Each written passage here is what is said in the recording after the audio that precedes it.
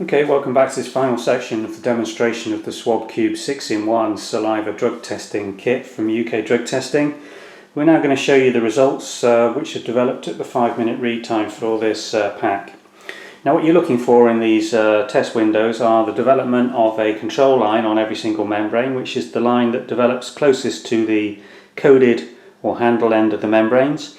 and then the presence or absence of a test line, which is the lower line forming nearer the saliva sample dip end for the test.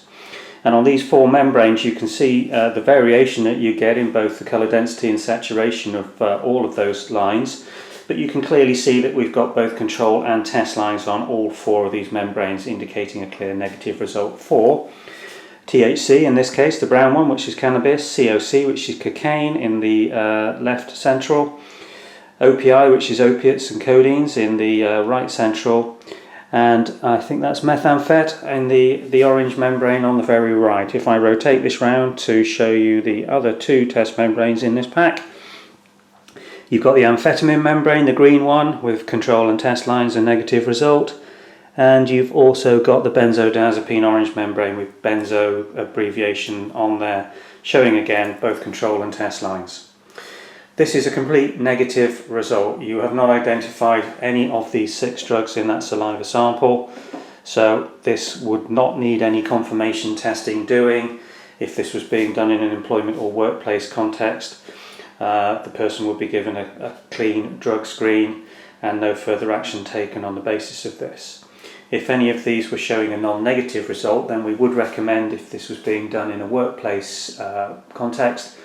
that the person should then be referred for urine laboratory chain of custody confirmation of the positive result that's been indicated in the saliva sample. We would always recommend movement to a urine sample because of the accreditation process that most laboratories have gone through to be able to absolutely confirm the result by liquid chromatography or gas chromatography mass spectrometry methods using the laboratory equipment.